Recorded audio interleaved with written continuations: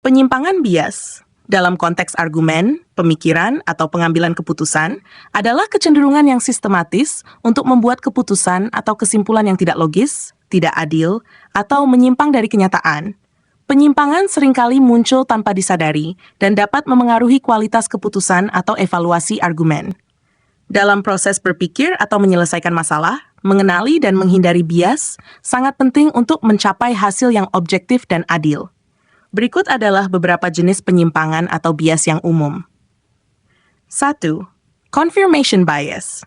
Bias konfirmasi. Ini adalah kecenderungan untuk mencari, menafsirkan, atau mengingat informasi yang mendukung keyakinan atau pandangan yang sudah ada sebelumnya, sambil mengabaikan atau menolak informasi yang bertentangan. Contoh, seseorang yang percaya bahwa diet tertentu sangat sehat akan cenderung hanya membaca artikel yang mendukung diet tersebut sambil mengabaikan studi ilmiah yang menunjukkan bahaya potensial dari diet tersebut. Yang kedua, anchoring bias. Bias ini terjadi ketika seseorang terlalu bergantung pada informasi awal yang diperoleh, jangkar, ketika membuat keputusan, bahkan jika informasi tambahan muncul setelahnya. Contoh, jika seseorang diberitahu bahwa harga awal sebuah barang adalah $500, meskipun harga tersebut akhirnya diturunkan menjadi $300, mereka mungkin masih menganggap barang tersebut mahal berdasarkan jangkar awal.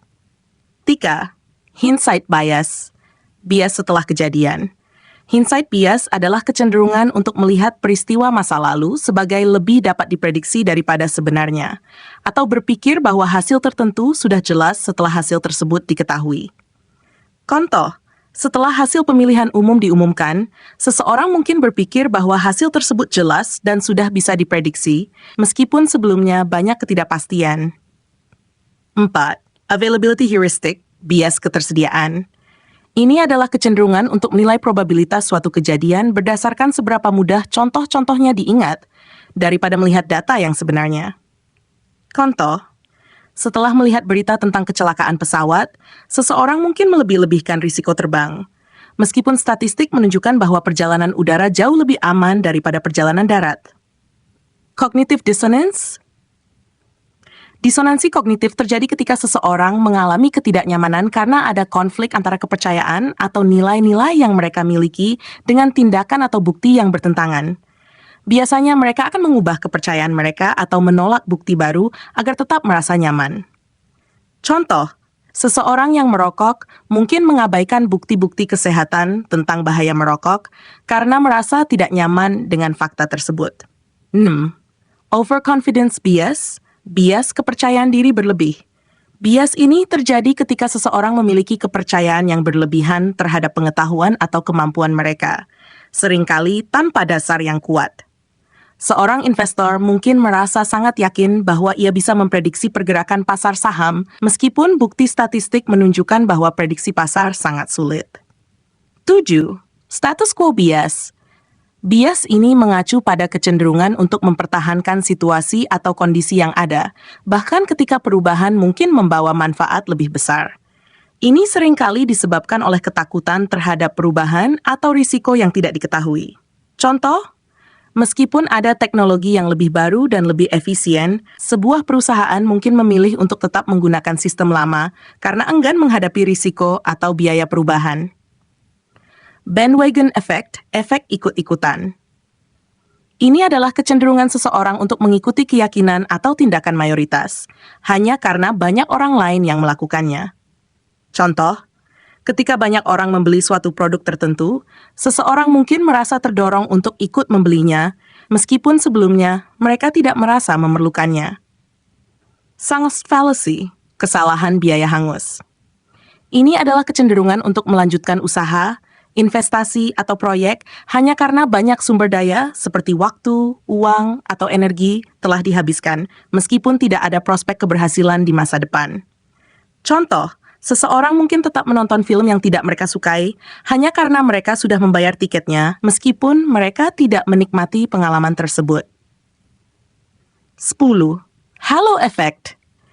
Efek ini terjadi ketika kesan positif atau negatif terhadap seseorang atau sesuatu dalam satu aspek memengaruhi pandangan terhadap aspek lain yang sebenarnya tidak terkait. Contoh, jika seseorang disangat ramah, Orang lain mungkin juga cenderung berpikir bahwa mereka juga sangat kompeten, meskipun tidak ada bukti yang mendukung hal tersebut. Self-serving bias. Bias meaning ini adalah kecenderungan untuk mengaitkan keberhasilan dengan faktor-faktor internal kemampuan diri sendiri dan menyalahkan kegagalan pada faktor eksternal keadaan luar yang bagus. Ketika seseorang mendapat nilai bagus, mereka mungkin berpikir itu karena mereka pintar, tetapi ketika mereka mendapat nilai buruk, mereka mungkin menyalahkan gurunya atau sistem ujian. Pas. Ini adalah kecenderungan untuk lebih fokus pada informasi atau kejadian negatif daripada yang positif, meskipun keduanya memiliki bobot yang sama.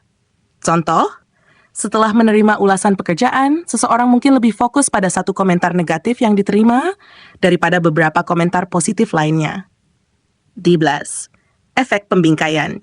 Efek pembingkaian terjadi ketika cara informasi disajikan memengaruhi cara seseorang menafsirkannya dan membuat keputusan. Penyajian dalam konteks positif atau negatif bisa memengaruhi pilihan.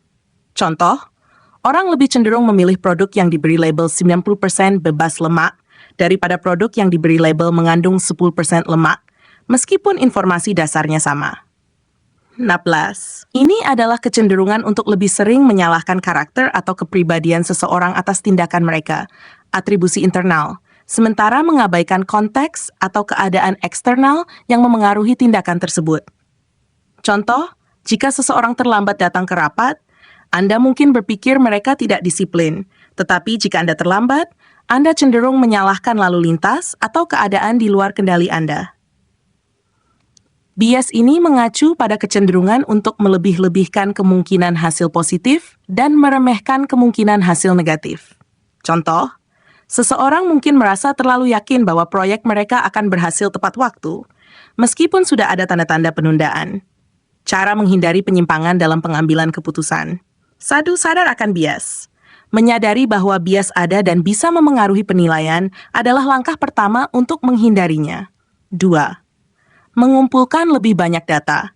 Hindari membuat keputusan hanya berdasarkan informasi yang terbatas. 3. Mencari sudut pandang yang berbeda. Melibatkan orang lain dengan pandangan yang berbeda dapat membantu mengurangi bias pribadi.